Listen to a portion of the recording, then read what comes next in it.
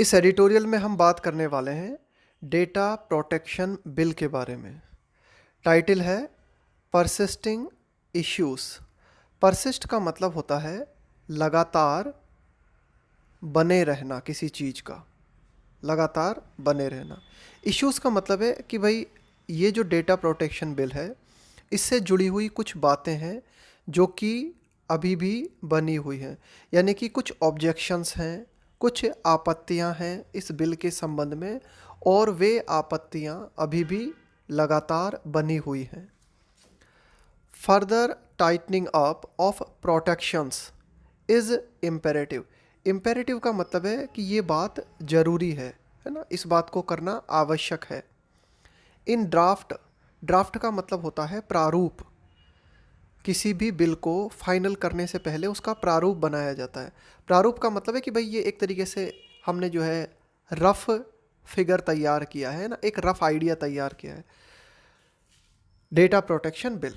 तो कुल मिला के further tightening up of protection कि डेटा प्रोटेक्शन बिल जो प्रारूप है इसमें जो भी बातें कही गई है ना, इन इन इसमें जो बातें हैं ना उनमें और ज़्यादा इनको टाइट करना ज़रूरी है, ठीक है ना। Further tightening up of protections यानी कि जो कस्टमर है या उपभोक्ता है उसके जो हित हैं उनको प्रोटेक्ट करने के लिए जो बातें या जो प्रावधान डेटा प्रोटेक्शन बिल में रखे गए हैं उनको और ज़्यादा टाइट करना बहुत ज़्यादा इम्पेरेटिव है, बहुत ज़्यादा ज़रूरी है।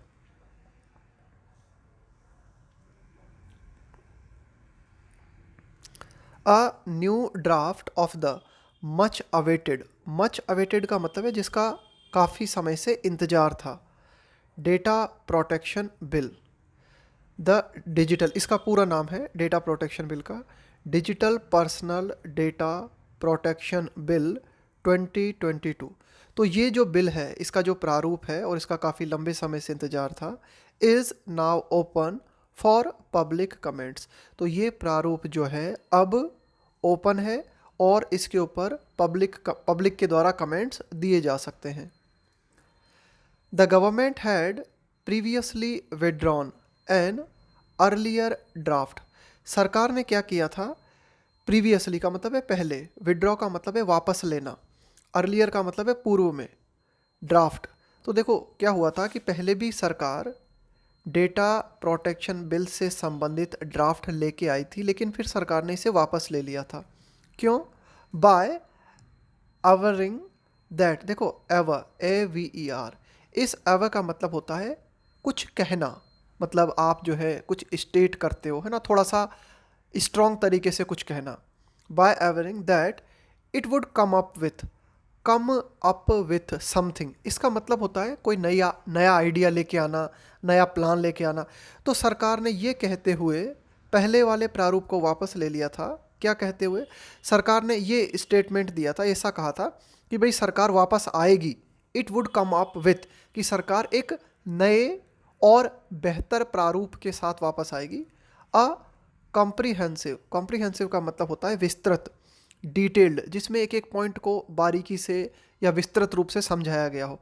कॉम्प्रिहेंसिव लीगल फ्रेमवर्क, कि भाई लीगल फ्रेमवर्क का मतलब हुआ कि भाई जो भी कानूनी बातें हैं उनको और ज़्यादा विस्तार तरीके से परिभाषित करते हुए एक नए प्रारूप के साथ सरकार आएगी, ऐसा कहते हुए पहले वाले बिल को सरकार ने वापस ले लिया था। किस बिल की बात हो रही है यहाँ पे? On data privacy and internet regulation, है ना, कि भाई इंटरनेट रेगुलेशन और व्यक्ति के जो उसकी जो निजी जानकारी होती है ना उनकी गोपनीयता से संबंधित बातों के संबंध में सरकार ने कहा था। एंड दिस ड्राफ्ट, और ये जो नया प्रारूप है, सीम्स, प्रतीत होता है, to be a stand alone attempt. देखो स्टैंड अलोन का मतलब होता है जो किसी पर भी डिपेंडेंट नहीं है ना, यानी कि किसी भी चीज़ से कनेक्टेड नहीं है, बिल्कुल इंडिपेंडेंट है।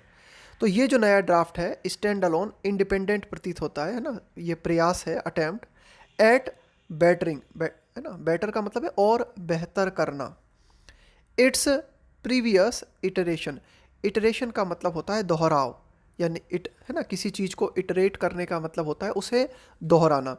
तो कुल मिला के ये जो ड्राफ्ट है, ये नया जो ड्राफ्ट सरकार लेके आई है, ये प्रयास प्रतीत होता है कि जो पहले जो सरकार ने बातें कही थी बस उन्हीं को थोड़ा सा बेहतर बनाने का प्रयास किया गया है।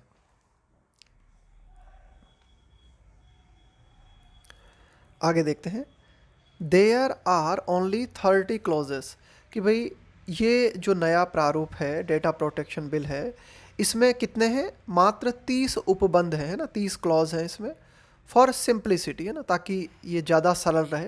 भाई ज़्यादा बातें लिख दी जाती है ना, ज़्यादा पॉइंट्स लिख दिए जाते हैं तो वो फिर और ज़्यादा कठिन हो जाती है बात।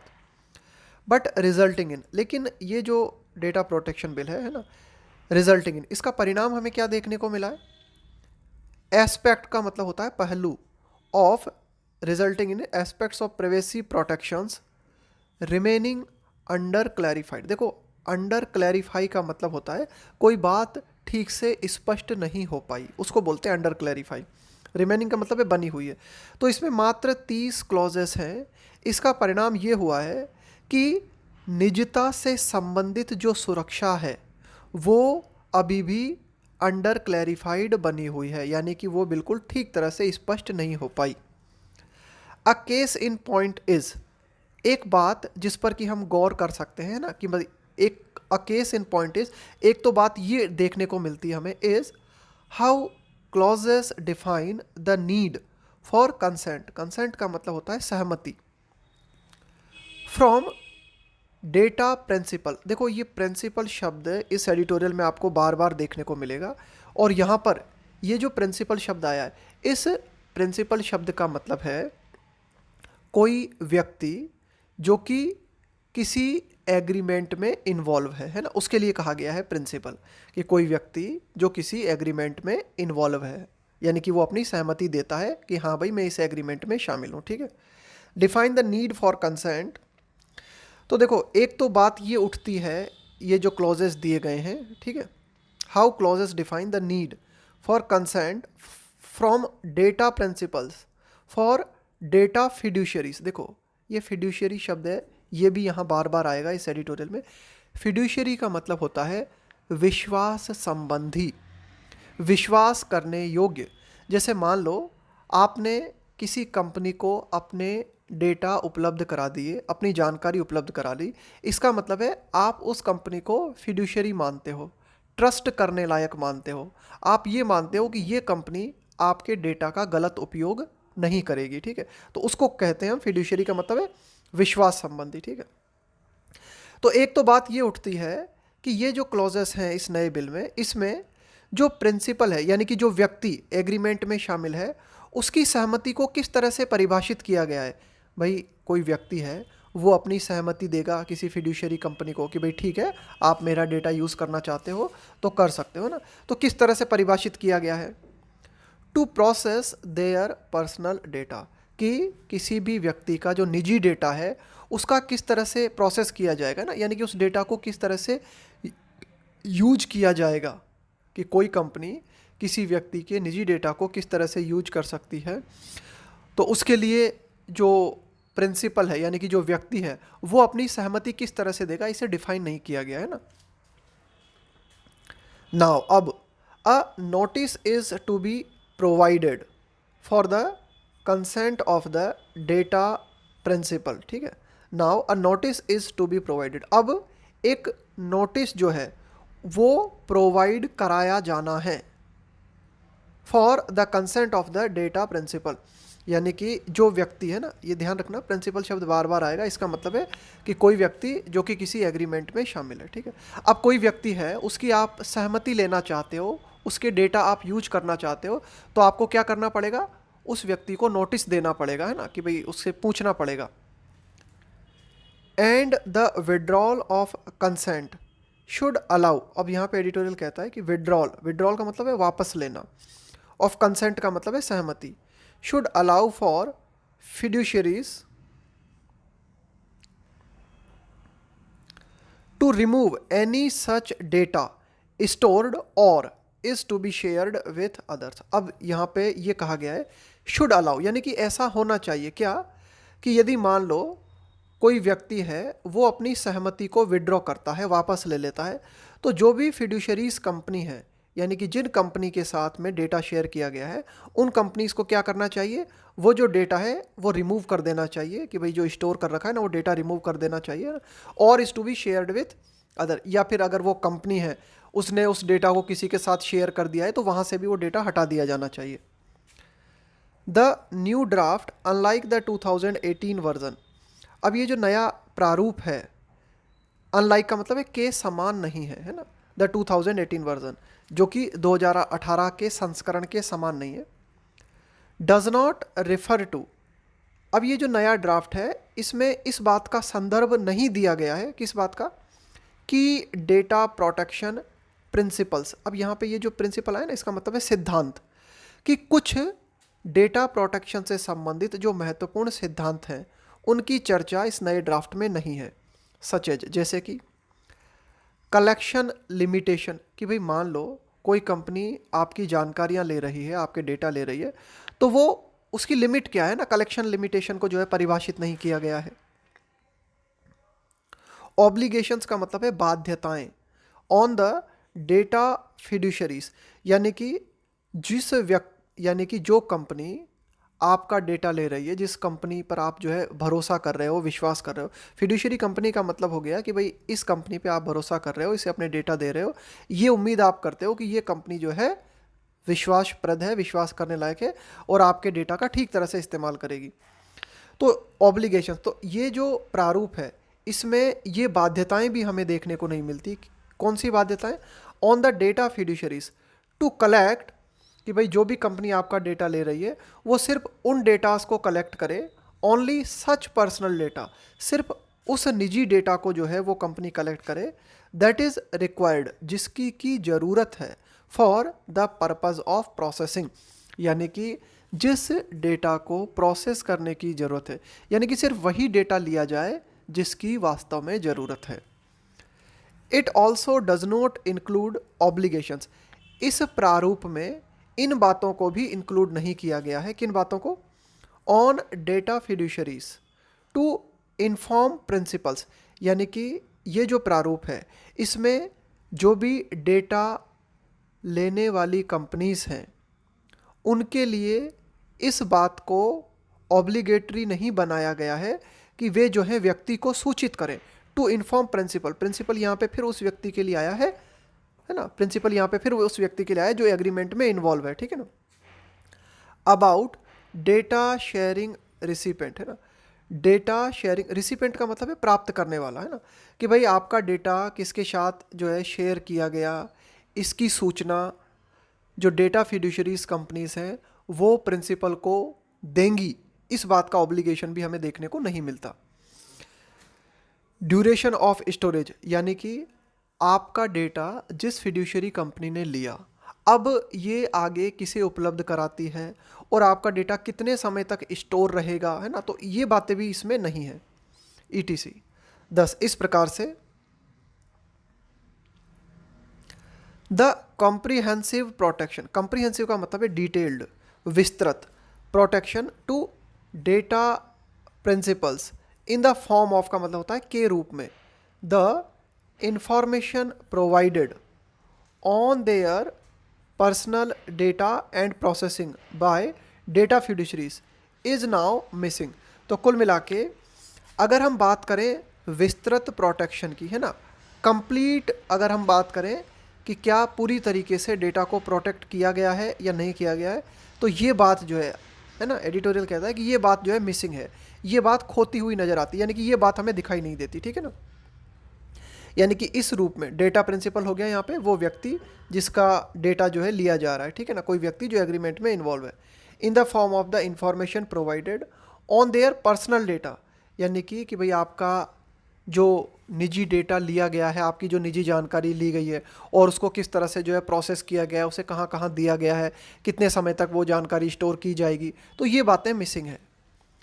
इट डज हाउएवर, लेकिन हालांकि इसमें ये हमें देखने को मिलता है, इंक्लूड अ क्रूशियल, क्रूशियल का मतलब है बहुत ही महत्वपूर्ण, तो एक बहुत ही महत्वपूर्ण उपबंध हमें इस प्रारूप में देखने को मिलता है, ऑन फिड्यूशरीज, यानी कि जो कंपनीज हैं जो कि आपके डेटा को आपके विश्वास के आधार पर जो है यूज करेंगी, ठीक है। तो वे जो कंपनीज हैं वे नोटिफाई करेंगी, सूचना जारी करेंगी प्रिंसिपल्स को, यानी कि जिन व्यक्तियों का डेटा लिया गया है फिड्यूशरीज के द्वारा, वे फिड्यूशरीज क्या करेंगी, उस व्यक्ति को इन्फॉर्म करेंगी। And the data protection authority, और साथ ही साथ ये जो फिड्यूशरीज हैं ये डेटा प्रोटेक्शन अथॉरिटी जो है उसे भी इन्फॉर्म करेंगे कि भाई हमने इस व्यक्ति का डेटा लिया है। अबाउट ब्रीचेस, ब्रीच का मतलब है उल्लंघन, इन स्टोर्ड डेटा, कि जो डेटा स्टोर किया गया है उसका अगर उल्लंघन होता है तो इस बात का नोटिफिकेशन जो है प्रिंसिपल को भी दिया जाएगा और साथ ही साथ डेटा प्रोटेक्शन अथॉरिटी को भी दिया जाएगा। ये बात रखी गई है इस प्रारूप में। द न्यू ड्राफ्ट प्रोपोजेस, कि भाई ये जो नया प्रारूप है इसमें प्रस्ताव रखा गया है, प्रस्तावित किया गया है द एस्टेब्लिशमेंट का मतलब है स्थापना, of a data protection board of India. तो इस नए प्रारूप के तहत data protection board of India जो है उसकी स्थापना की जाएगी। हुज, अब ये जो डेटा प्रोटेक्शन बोर्ड बनेगा है ना, इसकी है ना, जिसकी स्ट्रेंथ, इसकी ताकत एंड कंपोजिशन, अब ये जो डेटा प्रोटेक्शन बोर्ड बनेगा ना इसका कंपोजिशन किस तरह से होगा है ना, कि भाई इसमें कौन कौन व्यक्ति होंगे, इसका निर्माण कैसे किया जाएगा, सिलेक्शन की प्रोसेस क्या होगी, ये सारी की सारी बातें विल बी प्रेस्क्राइब का मतलब है निर्धारित करना बाय द यूनियन गवर्नमेंट। तो ये सारी की सारी बातें केंद्र सरकार के द्वारा निर्धारित की जाएंगी। As with the earlier versions, जैसा कि हमें इस डेटा के पूर्व संस्करण के साथ देखने को मिला था। दिस डाइवर्ज, देखो डाइवर्ज का मतलब होता है मेल नहीं खाना है ना, बेमेल होना, उसको बोलेंगे diverge. From the Shri Krishna committee draft, देखो डेटा प्रोटेक्शन बिल के संबंध में श्री कृष्णा कमेटी ने जो मसौदा तैयार किया था, जो प्रारूप तैयार किया था, ठीक है ना, उस प्रारूप के अनुरूप ये बात नहीं है। विच अलाउड फॉर, देखो श्री कृष्णा कमेटी ने जो डेटा प्रोटेक्शन बिल का ड्राफ्ट तैयार किया था उसमें इस बात को अलाउ किया गया था, क्या, जुडिशियल ओवरसाइट, न्यायिक, जुडिशियल का मतलब हो गया न्यायिक, ओवरसाइट का मतलब हो गया निगरानी, in the selection process of the data protection authority. Shri Krishna committee ने कहा था कि data protection board of India का जो निर्माण किया जाता है, ठीक है, इसमें मेंबर्स कौन कौन रहेंगे, तो इसका जो सिलेक्शन प्रोसेस है पूरा है ना, कि किन व्यक्तियों को अथॉरिटी में चुना जाए, इसकी निगरानी जो है वो न्यायपालिका के द्वारा की जानी चाहिए, ठीक है, ये बात कही गई थी। लेकिन ये बात न तो प्रीवियस वर्जन में और न ही इस रिसेंट वर्जन में इंक्लूड की गई है ना, यहाँ पे सारा अधिकार जो है वो यूनियन गवर्नमेंट को दिया गया है। इट इज़ अ कंसर्न, तो ये चिंता का विषय है, दैट कि the proposed board will not have sufficient, कि जो प्रस्तावित बोर्ड है यानी कि जो बोर्ड निर्मित होगा, will not have sufficient independence from the union government, तो उसके पास पर्याप्त रूप से स्वतंत्रता नहीं होगी। क्यों? क्योंकि सारा काम ही यूनियन गवर्नमेंट कर रही है, इनका सिलेक्शन जो है यूनियन गवर्नमेंट के द्वारा किया जा रहा है, यानी कि पूरा का पूरा काम, सारी की सारी जो मॉनिटरिंग है, जो निगरानी है, वो यूनियन गवर्नमेंट के द्वारा की जा रही है। तो कुल मिला के ये बात चिंता का विषय है कि ये जो बोर्ड होगा इसके पास पर्याप्त स्वतंत्रता नहीं होगी, है ना। The state is also a data fiduciary, अब देखो ये बात कही गई है कि राज्य जो है, यहाँ पे स्टेट से मतलब है राज्य या सरकार जो है, ऑल्सो अ डेटा फिड्यूशरी, ये भी एक तरीके से आप कह सकते हो कि डेटा फिड्यूशरी है, ये भी व्यक्ति के डेटा को विश्वास के आधार पे प्राप्त करती है, यानी कि सरकार भी तो आपके डेटा का प्रयोग करती है ना।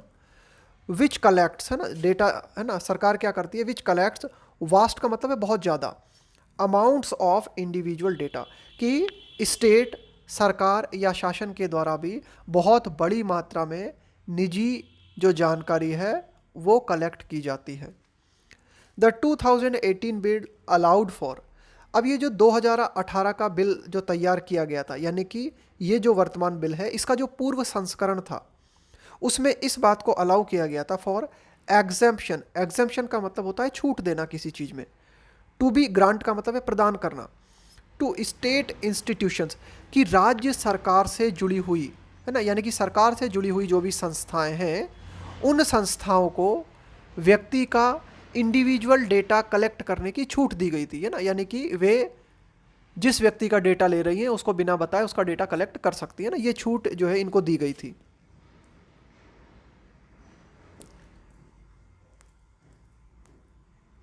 फ्रॉम अक्वायरिंग, अक्वायर का मतलब है प्राप्त करना। Informed consent from data principal, तो ध्यान रखना ये देखो प्रिंसिपल बार बार शब्द आ रहा है। प्रिंसिपल का मतलब है यहाँ पे कोई भी ऐसा व्यक्ति जो कि है ना, एक तरीके से कानूनी तौर पे अगर हम बात करें, है ना, कानूनी तौर पे अगर हम बात करें तो कोई भी व्यक्ति जो किसी एग्रीमेंट में शामिल है, ठीक है। इन्फॉर्म्ड कंसेंट का मतलब हुआ कि भाई आपने जिस व्यक्ति का डेटा लिया है उसे आपने सूचित कर दिया है, यानी कि उस व्यक्ति की सहमति आपने ली है, ठीक है।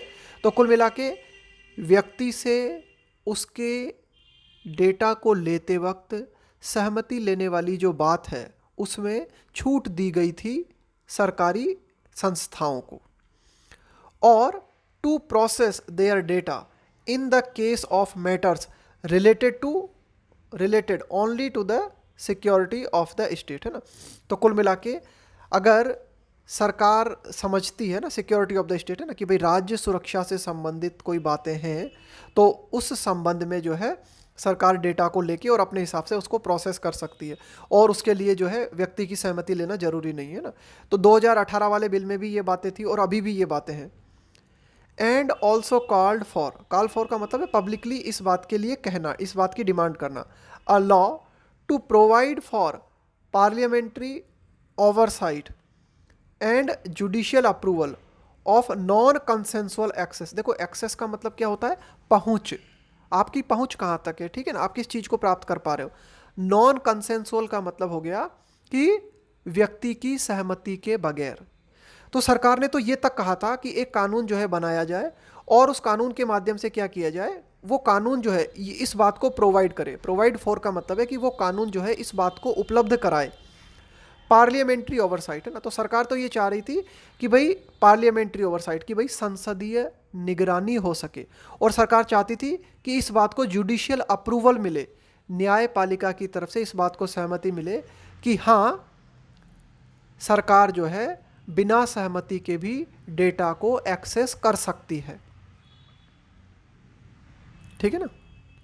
Judicial approval of non consensual access to personal data है ना, तो सरकार तो इस बात के लिए भी कानून चाहती थी। बट लेकिन the new draft bill continuous the wide ranging, लेकिन ये जो नया बिल बना है इसमें लगातार जो है अभी ये बातें बनी हुई है। वाइड रेंजिंग का मतलब है कि भाई बहुत ज़्यादा विस्तृत है बातें, है ना। वाइड रेंजिंग का मतलब है कि भाई विस्तृत बातें हैं काफ़ी। एंड वैगली, वैग का मतलब है अस्पष्ट, अनक्लियर। वर्डेड एग्जम्पशंस का मतलब है छूट देना। एंड इंस्ट्रूमेंट, इंस्ट्रूमेंट का मतलब भी यहाँ पे यही बातें हैं कि भाई कुछ ऐसी बातें जो कि इंस्ट्रूमेंट्स यानी कि कई सारी छूट दी गई हैं, इसके अलावा और भी कई इंस्ट्रूमेंट्स हैं, यानी कि और भी कई बातें हैं, कोई और भी कई ऐसे शब्द हैं जो कि अनक्लियर हैं, जो कि अस्पष्ट तरीके से लिखे गए हैं। तो ये जो अनक्लियर वर्डिंग्स हैं अलाउिंग फॉर, ये इस बात को अलाउ करती हैं, यानी कि ये इस बात को पॉसिबल बनाती हैं कि जो एग्जीक्यूटिव है यानी कि सरकार है, कार्यपालिका है, टू कलेक्ट इन्फॉर्मेशन, तो वो जो एग्जीक्यूटिव है वो इंफॉर्मेशन को कलेक्ट कर सकती है। तो एग्जीक्यूटिव के द्वारा इंफॉर्मेशन को कलेक्ट करना विच कुड अमाउंट टू का मतलब होता है इक्वल टू, बराबर होना, समतुल्य होना। मास सर्वेलेंस, देखो मास का मतलब हो गया एक तरीके से जो बहुत ज़्यादा मात्रा में जो लोग हैं उनको कलेक्टिवली जब हम रेफर करते हैं ना तो उसको बोलते हैं मास। सर्वेलेंस का मतलब हो गया निगरानी, ये बहुत इंपॉर्टेंट शब्द है सर्वेलेंस, स्पेलिंग मिस्टेक में पूछा जाता है ना, सर्वेलेंस निगरानी। तो कुल मिला के अभी भी ये जो नया ड्राफ्ट बिल है इसमें कई तरह की अस्पष्ट बातें हैं, और वो अस्पष्ट बातें जो हैं कार्यपालिका को यानी कि सरकार को सक्षम बनाती हैं, यानी कि सरकार के पास अभी भी इस तरह की ताकत है कि अगर सरकार जो है इंडिविजुअल डेटा को बिना सहमति के ले सकती है, तो इसका काफ़ी हद तक मतलब ये है कि सरकार एक तरीके से मास सर्वेलेंस यानी कि पूरी की पूरी जो पब्लिक है ना उसकी निगरानी कर सकती है डेटा के माध्यम से, ठीक है। Public scrutiny not with standing, not with standing का मतलब होता है डेस्पाइट, के बावजूद। तो ठीक है कि ये जो ड्राफ्ट बिल है ना इसमें कई तरह की ऐसी बातें हैं जो कि सरकार को सक्षम बनाती है कि सरकार जो है बड़े पैमाने पर लोगों को सर्वेलेंस कर सकती है ना, लोगों की निगरानी कर सकती है डेटा के माध्यम से। तो स्क्रूटनी का मतलब होता है बारीकी से किसी की जांच करना, ठीक है ना। तो ठीक है, पब्लिक स्क्रूटनी के अलावा पार्लियामेंट शुड वर्क टुवार्ड्स, कि भाई ठीक है पब्लिक स्क्रूटनी तो अभी भी जो है इस बिल में बनी हुई है, लेकिन इस पे काम किया ही जाना चाहिए।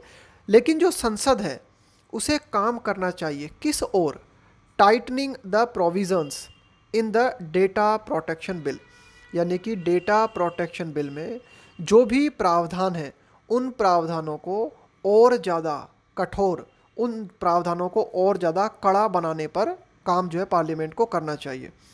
एंड प्रोवाइड फॉर का मतलब है ये इस बात को उपलब्ध कराना, ठीक है ना। रोबस्ट, यहाँ रोबस्ट का मतलब हो गया बहुत ही मजबूत, बहुत ही पावरफुल डेटा प्रोटेक्शन लॉ। और पार्लियामेंट के द्वारा क्या करना चाहिए, एक मतलब इस तरह का जो है बिल लेके आना चाहिए ना, इस तरह का बिल जो है उपलब्ध कराना चाहिए जो कि एक बहुत ही मजबूत डेटा प्रोटेक्शन लॉ कहा जा सके।